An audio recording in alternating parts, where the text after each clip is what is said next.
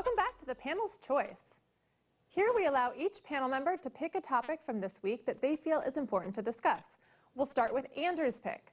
With 2 tragic shootings in less than 2 weeks, Democrats were quick to draft a sweeping, possibly unconstitutional legislation. The bill passed the House, and Senator Cruz had this to say about the Democrats' response to the shooting. What happens in this committee after every mass shooting is Democrats propose taking away guns from law-abiding citizens, because that's their political objective. But what they propose, not only does it not reduce crime, it makes it worse. The jurisdictions in this country with the strictest gun control have among the highest rates of crime and murder. When you disarm law-abiding citizens, you make them more likely to be victims. If you want to stop these murders, go after the murderers. So what is really behind the Democrats' approach to gun control, and what are they missing about the events like the Colorado shooting? Well, look, Senator Cruz is absolutely right, and I think what he's highlighting here is that the Democrats in Congress and elsewhere are motivated by political objectives, broken ideology, and pure ignorance. And what they fail to understand is that by focusing on the gun, the tool, the implement itself, they're missing the point. It's short-sighted. But it's also underpinned by this lack of faith in the American people, a lack of belief in our laws, and ultimately in our Constitution. So this is very dangerous, and this is a very dangerous game that Congress is flirting with right now. There are a number of things that the Biden administration is forcing through.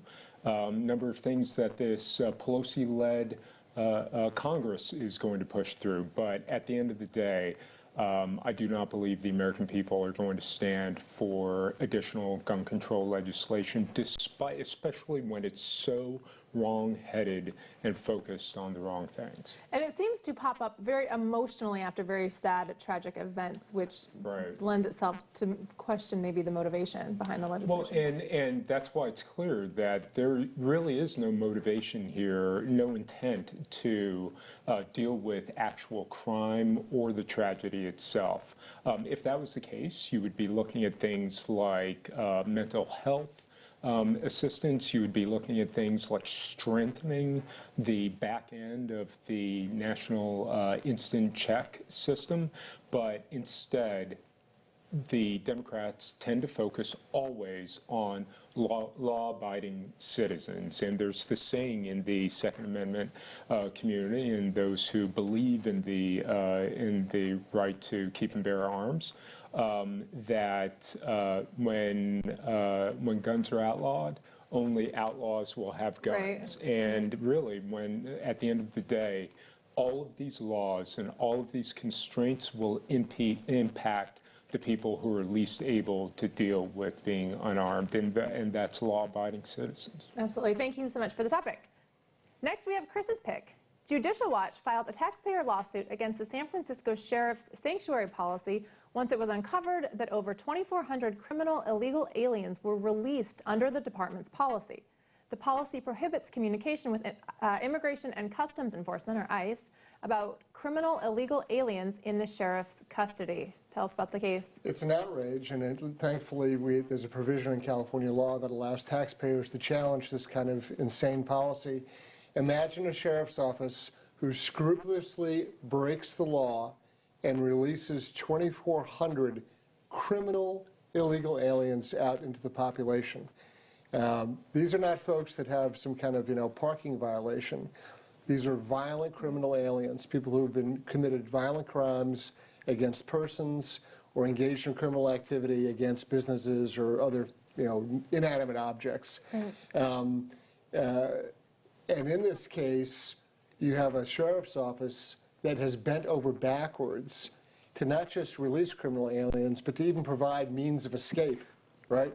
There's a history here in San Francisco where the sheriff's office was avoiding ICE agents and rushing people out to the airport to fly them home to Honduras.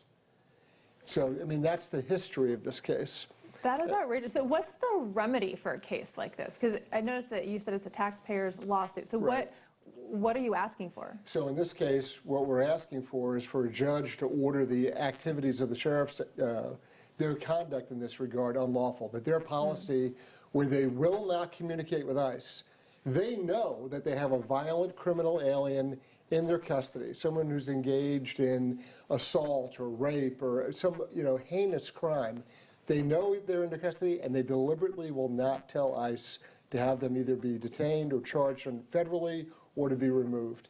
And they simply cut them loose and send them back out into the society. What's the supposed benefit for that? I mean, why? I know we all talk about sanctuary cities and the sentiment it's supposed to be, but in a case like this, like, what is the benefit? Yeah, there is none. I mean, I have yet to hear anyone offer an articulate defense of how this benefits the San Francisco community. I mean, it's supposed to be compassionate and, an asylum feature of trying to bolster the community.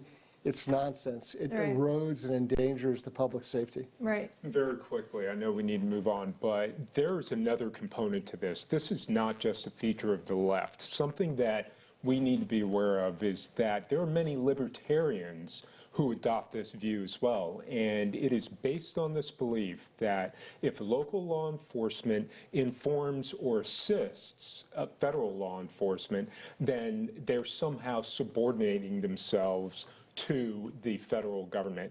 This is very insidious, and there's a thread of it that runs along the right as well. The people that adopt that attitude need to go to the families of crime victims and explain to them why their family members should have been attacked or killed. I agree. I mean, you really believe in this? Good. Go out to the family and tell them how it's A-OK that their child was harmed or killed. Right. It's insane. It's tragic. Thank you very much for the topic. Next, we have Donna's pick. The Biden administration has made climate change and environmental justice a top priority. His administration has been using California as an example, but as this article highlights, these policies hurt minorities and the poor the most. Donna, tell us about your pick. Yeah, I mean, the Biden administration looks at California as a role model, but California has the most punitive policies, environmental policies against not just the poor and minorities, but every citizen. 1 in 6 Californians can't afford basic necessities. I mean, you're talking about water that's now a luxury item for the rich. I mean, a daily shower.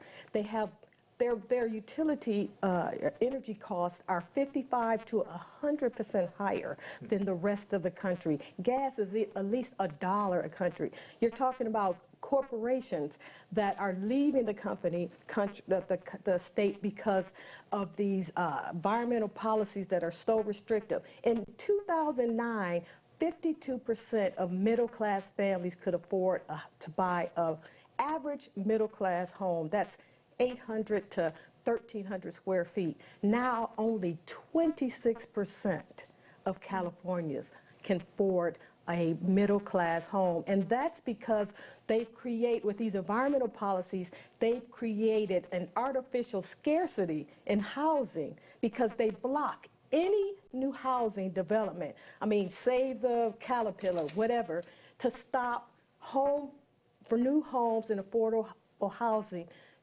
to be built. And that directly impacts the poor and minorities because your net wealth is based on home ownership. Homeowners own 26 to 36% higher net wealth than renters. But even renting is high in California because of the scarcity. More than 30% of their income goes to rent. Another 30% goes to utilities. 1 in 4 Californians right now can't have a shut-off notice because they can't pay their utility bills. And that's just the start. And then Biden wants to do the same thing. He says he's the friend of minorities and the poor, but the impact that environmental policies have on the cost of living expenses is enormous. You have growth in income maybe reaching 15%, but you have expenses raising 55 to 100%. So we're getting poorer every day. Wow, very interesting topic. Thank you so much. Lastly, we have Chanel's pick. Joe Biden has selected Kamala Harris to manage the border crisis, claiming she's the most qualified. I've asked her the VP today, because she's the most qualified person to do it, to lead our efforts with Mexico and the Northern Triangle and the countries that help.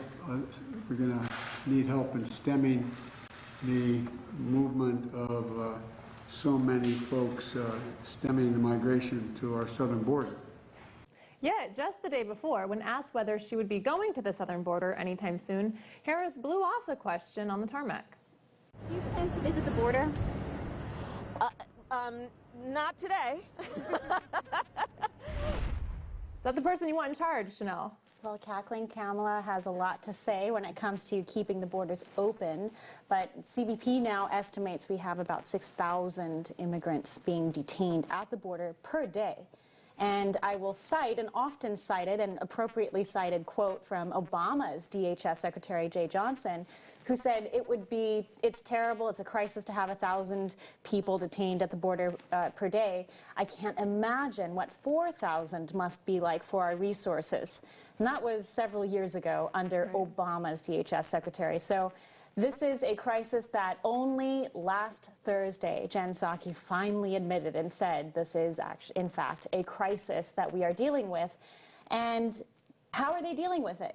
Do we get access? Does the media get access to any of the information that's happening, any of the scenes that are taking place down there? Only illicitly. We're having to send people down there and sneak around and find this footage. And the funniest part is that there has been a gag order placed on CBP to prevent any unauthorized footage of the border being leaked to the press. As of this week, the Biden White House finally gave in and said, fine, we'll have a tour of one carefully selected facility, a Trump-built facility, by the way, and only one pool outlet will be able to cover this event. And I call this the North Korea grocery store tour. I mean, it's like, comrade, take a look at our sparkling tyranny, how wonderful it is. And that's where we are right now. The Biden White House is being they're not only in complete denial about what's happening at the border.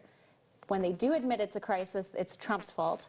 And when they do provide any kind of viewpoint into what's happening, it's very reminiscent of a very communist-style transparency that they claim to have. Right, the lack of transparency is quite astonishing, actually, in contrast to the last administration. But thank you very much for the topic. Don't go anywhere. We will be right back.